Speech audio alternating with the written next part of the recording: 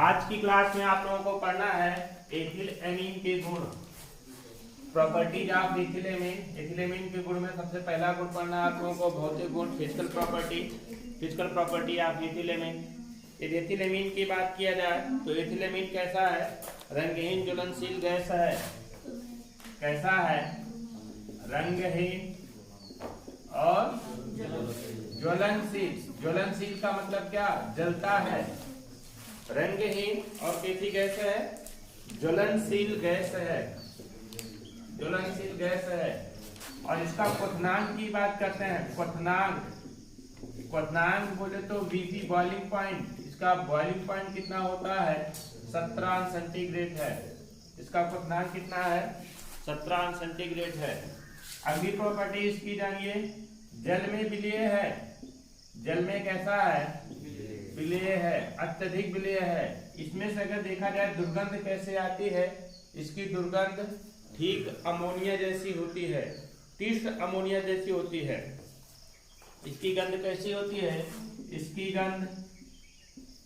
गंध तीक्ष्ण अमोनिया जैसी होती है। अमोनिया जैसी होने का मतलब क्या हुआ? क्योंकि आपको पता होना चाहिए एथिलेमीन की बात करते हैं तो C2H5 bond and H2 amine समूह उपस्थित होता है ना। और एमीन समूह का मतलब NH2 समूह उपस्थित होता है। NH2 समूह उपस्थित होने के कारण इसकी गंध कैसी होती है? तीक्ष्ण अमोनिया जैसी होती है, एकदम अमोनिया जैसी होती है। अगला देखिए, अगली प्रॉपर्टी इसकी क्या है? इसका जलीय विलयन क्या होता है? क्षारीय होता है। इसका जलीय विलयन क्या होता है? क्षारीय है, जो लाल लिटमस को क्या करता है? नीला करता है। लाल लिटमस को नीला करता है। और समझिए महत्वपूर्ण प्रॉपर्टी एक और है इसकी। क्या महत्वपूर्ण प्रॉपर्टी है? कि यह जल के साथ हाइड्रोजन आबंध का निर्माण करता है। जल के एक अणु के साथ हाइड्रोजन आबंध बनाता है। मुख्यतः इतनी प्रॉपर्टी आप लोग जानिए। इसकी फिजिकल प्रॉपर्टी ये क्या है? रंगहीन ज्वलनशील गैस है। एथिलेमीन कैसी गैस है?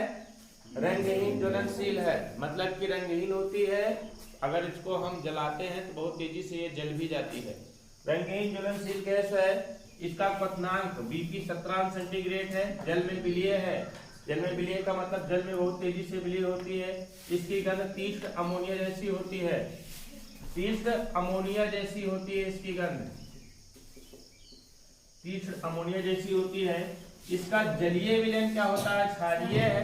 इसका जलीय विलयन क्षारीय है, जो लाल लिटमस को क्या कर देता है? नीला कर देता है। लाल लिटमस को नीला कर देता है। ये प्रॉपर्टी आप नोट कर लीजिए, भौतिक गुण इसके।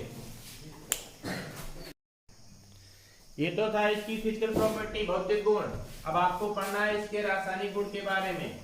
मतलब ये किससे क्रिया करती है, किससे क्रिया नहीं करती है, और इसकी प्रकृति कैसे है। सबसे पहले हमने बताया इसकी प्रकृति कैसे है? क्षारीय प्रकृति का है। मोनोएसिडिक क्षार है ये। अगर हम बात करते हैं इसके रासायनिक गुण की,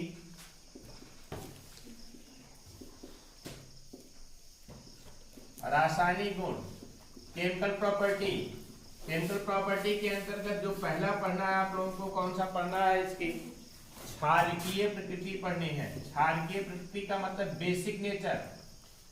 क्षारकीय प्रकृति, बेसिक नेचर आपको पता होना चाहिए।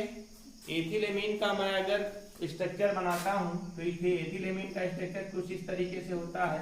इसमें एक एमीन समूह होता है, NH2 ना, एमीन समूह होता है। और एमीन समूह में नाइट्रोजन परमाणु होते हैं, और यहाँ पर नाइट्रोजन परमाणु के पास एक लोन पेयर एक्स्ट्रा होता है, जो किसी के साथ जुड़ा नहीं होता है। सिर्फ किसके रूप में होता है? ये लोन पेयर के रूप में होता है। सिर्फ किसके रूप में होता है? लोन पेयर के रूप में ही होता है। समझ पा रहे हैं कि नहीं हमारी बात को?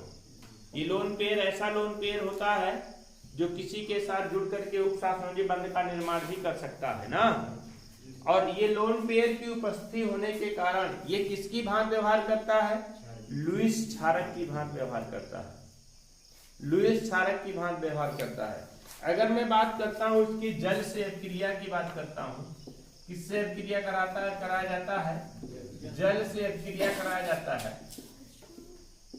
जल से अगर इसकी अपक्रिया कराई जाती है तो बन क्या जाता है? Ethyl ammonium hydroxide. अगर मैं बात करता हूं एथिलेमीन की, एथिलेमीन का मतलब C2H5NH2, इसकी अपक्रिया HOH के साथ करा दी जाता है, जल के साथ करा देते हैं।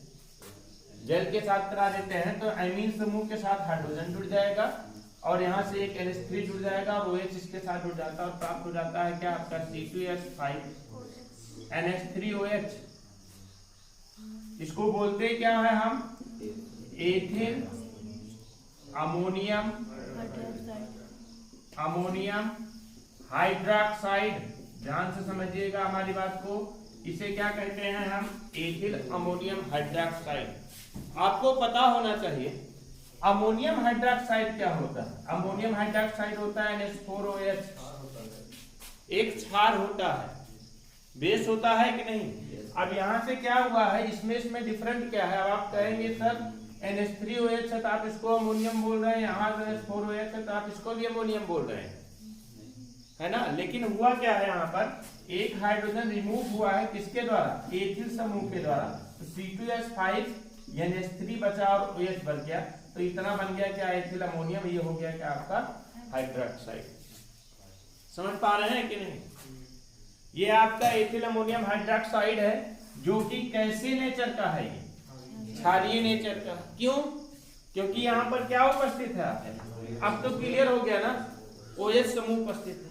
और एक बात और यहीं पर आप लोग नोट कर लीजिए, अपने दिमाग में बैठा लीजिए कि मैं बात करता हूँ एथिलेमीन की और मैं बात करता हूँ मेथिलेमीन की। अगर इसमें देखा जाए सबसे अधिक क्षारीय कौन सा होगा, तो सबसे अधिक क्षारीय कौन सा होगा आपका? एथिलेमीन। मेथिलेमीन के, सॉरी देखिए हमने गलत लिख दिया, OH कर दिया है यहाँ पर। देखिए यहाँ पर क्या लिखेंगे? एथिलेमीन की बात करता हूँ C2H5NH2 और मेथिलेमीन की बात करता हूँ CH3NH2, है ना। और यहाँ पर देखा जाए तो कौन सबसे अधिक क्षारीय होगा? तो मेथिलेमीन की क्षारीय प्रकृति क्या होती है? अधिक होती है। एथिलेमीन की क्षारीय प्रकृति अधिक होती है, किससे? मेथिलेमीन। मेथिलेमीन से एथिलेमीन की क्षारीय प्रकृति अधिक होती है। मेरा बताने का मुख्य लक्ष्य यहाँ पर यह था कि इसकी प्रकृति कैसे होती है? क्षारीय होती है। इसकी प्रकृति क्षारीय होने के दो तरीके हमने बताया। सबसे पहला, इसमें नाइट्रोजन परमाणु पर लोन पेयर होता है। नाइट्रोजन परमाणु पर लोन पेयर होता है। जो लोन पेयर होता है वो किसकी भांति व्यवहार करता है? लुईस क्षारक की भांति व्यवहार करता है कि नहीं करता है? लुईस क्षारक की भांति व्यवहार करता था तो लुईस क्षार होता है। इसकी क्रिया यदि हम जल के साथ करा देते हैं, जब हम जल के साथ करा देते हैं तो क्या बन जाता है? एथिल अमोनियम हाइड्रोक्साइड का निर्माण होता है। और एथिल अमोनियम हाइड्रोक्साइड में OH समूह है और OH समूह की उपस्थिति के कारण क्या होता है? इसकी प्रकृति कैसे होती है? क्षारीय। समझ गए कि नहीं? समझ गए ना? तो हेडिंग डालिए क्या? क्षारीय प्रकृति ना,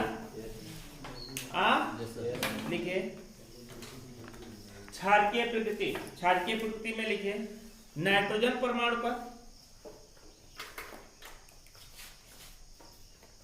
एकाकी इलेक्ट्रॉनों की उपस्थिति के कारण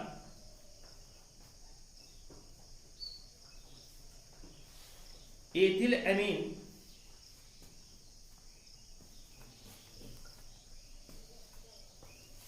क्षारकों की भांति व्यवहार करता है। क्षारकों की भांति व्यवहार करता है।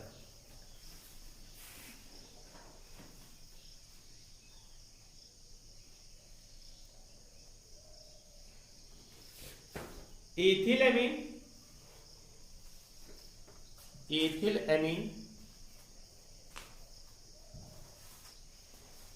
मेथिल एमीन से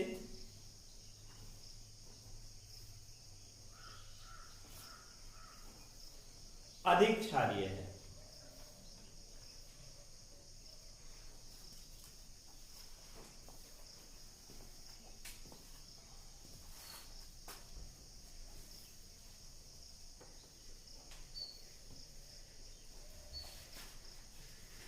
एथिलेमीन मेथिलेमीन से अधिक क्षारीय है। इसमें सबसे पहला लिखिए जल से क्रिया।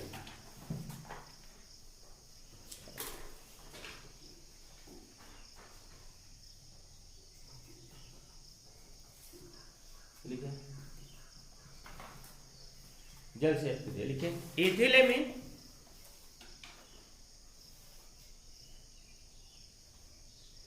जल के साथ अभिकृत होकर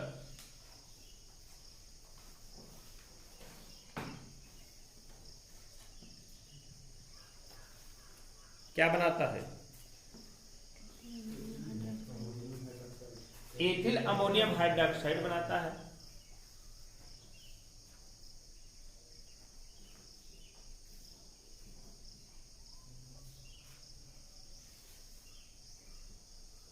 जिसकी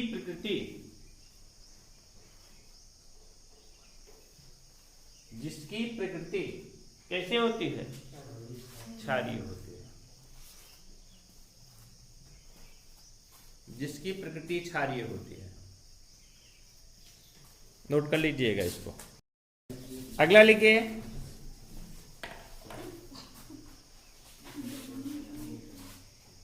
अम्लों से अभिक्रिया।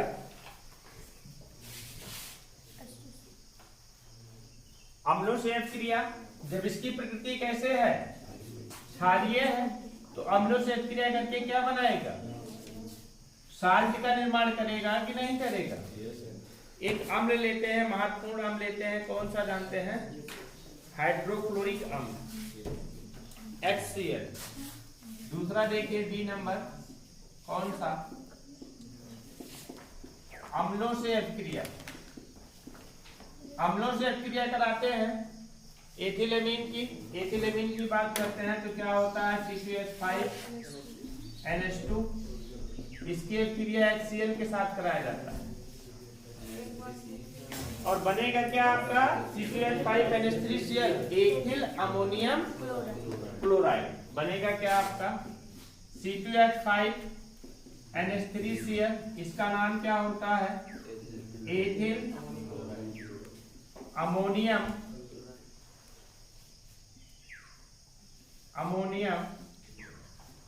क्लोराइड।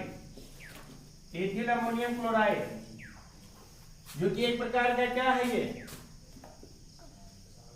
साल्ट है। अगर यही अभिक्रिया हम करा दें, जानते हैं किसके साथ?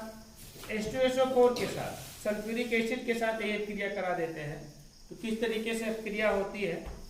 इस तरीके से अभिक्रिया होती है। वहां भी साल्ट बनेगा, सल्फ्यूरिक एसिड के साथ कराते हैं। देखिए 2C2H5NH2, इसकी अभिक्रिया H2SO4 के साथ कराई जाती है। जब इसकी अभिक्रिया में H2SO4 के साथ कराते हैं तो हाइड्रोजन के दो और एथिल के दो मॉलिक्यूल्स के साथ जाकर के जुड़ जाते हैं और बना लेता है, क्या जानते हैं? C2H5NH3 का होल ट्वाइस SO4। अब आपके समझ में नहीं आया होगा कि ये होल ट्वाइस क्यों हुआ, क्योंकि आपको पता होना चाहिए अगर ये आयनित होता है तो C2H5NH3 positive plus Cl negative बनाता है। मतलब कि ये बनाता है क्या? Ammonium ion, ethyl ammonium ion. और एथिल अमोनियम आयन पर कितने चार्ज होते हैं? एक पॉजिटिव चार्ज होता है, जबकि SO4 पर कितना? डबल नेगेटिव होता है। इसलिए न्यूट्राइट करने के लिए इसको तो हमें दो तो जोड़ना ही पड़ेगा। इसलिए क्या हो जाता है? C2H5NH3 का होल ट्वाइस हो जाता है कि नहीं होता? तो इसे बोला जाता है, इसका नाम क्या हो जाएगा? Ethyl ammonium sulphate. क्या नाम हो जाएगा इसका? नहीं, डाई नहीं लिखेंगे यहाँ पर, संतुलित करने के लिए लिखा गया है, इसलिए इसको बोलेंगे हम क्या? एथिल अमोनियम सल्फेट, जो कि एक प्रकार का क्या है जी? साल्ट है, एक प्रकार का साल्ट है। तो लिखिए, अम्लों के साथ अभिक्रिया करके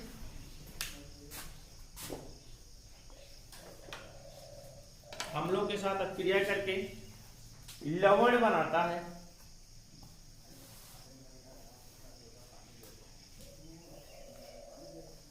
लवण बनाता है, जिससे यह स्पष्ट होता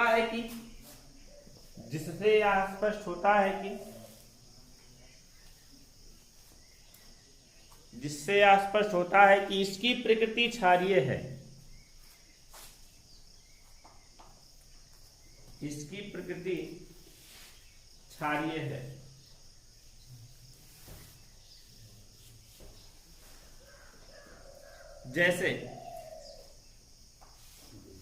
जैसे रिएक्शन नोट कर लीजिए। अगला लिखिए, क्लोरोप्लेटनिक अम्ल के साथ अभिक्रिया, क्लोरोप्लेटनिक अम्ल के साथ अभिक्रिया। ये तो क्षारकीय प्रकृति के अंतर्गत दो थी, हमारी बात को ध्यानपूर्वक समझिए। क्षारकीय प्रकृति के अंतर्गत दो चीजें बताया गया आपको, एक तो किसके साथ अभिक्रिया, जल के साथ अभिक्रिया, दूसरा किसके साथ, अम्लों के साथ अभिक्रिया। दूसरा नंबर देखिए, आपको पढ़ना क्या है, क्लोरोप्लेटनिक अम्ल से अभिक्रिया। क्या पढ़ना है,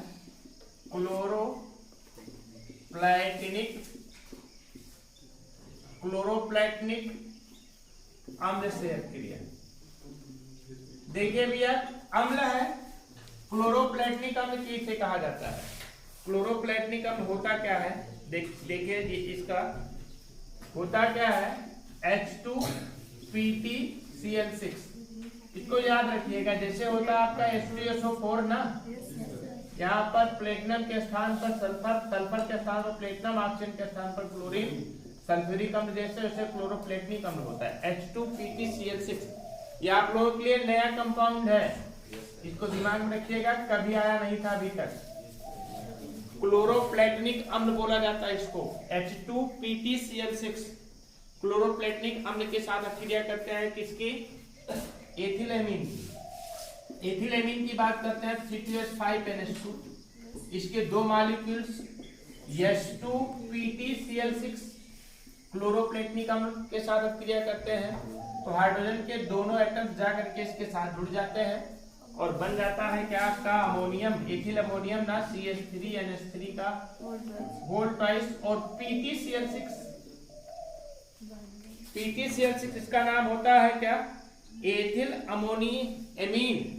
इसका नाम क्या हो जाएगा, एथिल अमीन क्लोरोप्लेटनिक क्लोराइड, या एथिल अमोनियम क्लोरोप्लेटिनम या प्लेटिनम क्लोराइड है ना, तो इसका नाम हो जाएगा क्या,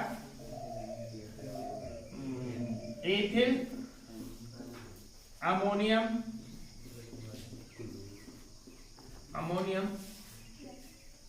प्लेटिनम क्लोराइड का निर्माण होता है। एथिल अमोनियम प्लेटिनम क्लोराइड बनता है, और इसको अगर हम जला दें, इसको क्या कर दें, जलाने पर प्रज्वलित करा देते हैं, तो सिर्फ क्या बचता है आपका, प्लेटिनम बचता है। क्या बचता है, प्लेटिनम। तो प्लेटिनम को प्राप्त करने के लिए हम इस विधि का प्रयोग कर सकते हैं कि नहीं कर सकते हैं, कर सकते हैं ना। और आपको पता होना चाहिए प्लेटिनम का यूज कहाँ है, बहुत सारे इलेक्ट्रोड बनाने में, बहुत सारे इलेक्ट्रोड, वहां प्लेटिनम की छड़ ही डब की जाती है।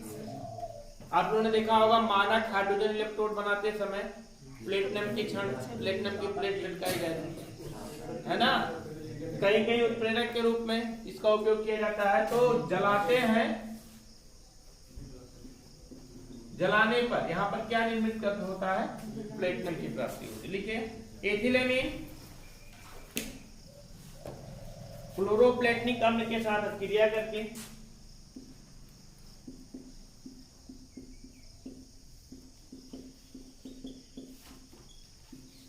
क्लोरोप्लेटनिक अम्ल के साथ अभिक्रिया करके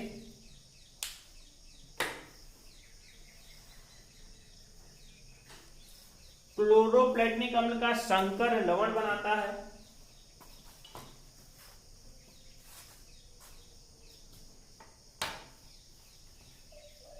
क्लोरोप्लेटनिक अम्ल का संकर लवण बनाता है,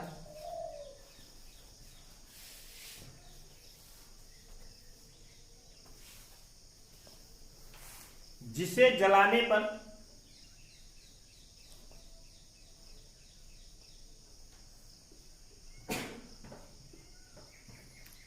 प्लेटिनम की प्राप्ति होती है, जिसे जलाने पर प्लेटिनम की प्राप्ति होती है। अगला पढ़ना है आप लोगों को धातु लवणों के साथ अभिक्रिया, मेटल साल्ट के साथ अभिक्रिया। धातु लवण, धातु लवण क्या होता है, जैसे आयरन के साथ क्लोरीन जुड़ जाए, फेरिक क्लोराइड, सोडियम क्लोराइड, ये धातु लवण है कि नहीं।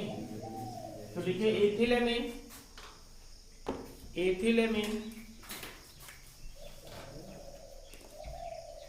धातु लवणों के साथ अभिक्रिया करके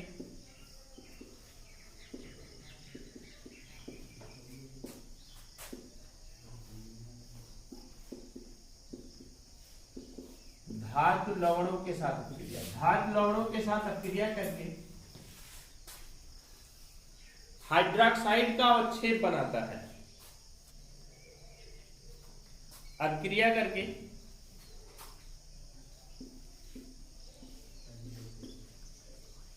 धातु लवणों के साथ अभिक्रिया करके हाइड्रोक्साइड का अवक्षेप धातु हाइड्रोक्साइड का अवक्षेप बनाता है। धातु हाइड्रोक्साइड का अवक्षेप बनाता है।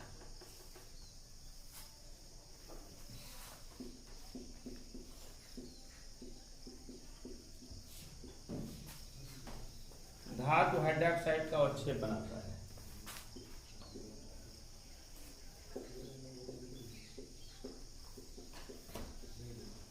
देखिए, ये धातु लवण के अंतर्गत फेरिक क्लोराइड है। फेरिक क्लोराइड किसके साथ? एथिल अमोनियम हाइड्रोक्साइड के साथ अवक्षेप अभिक्रिया करता है। तो फेरिक हाइड्रोक्साइड का ये क्या है आपका?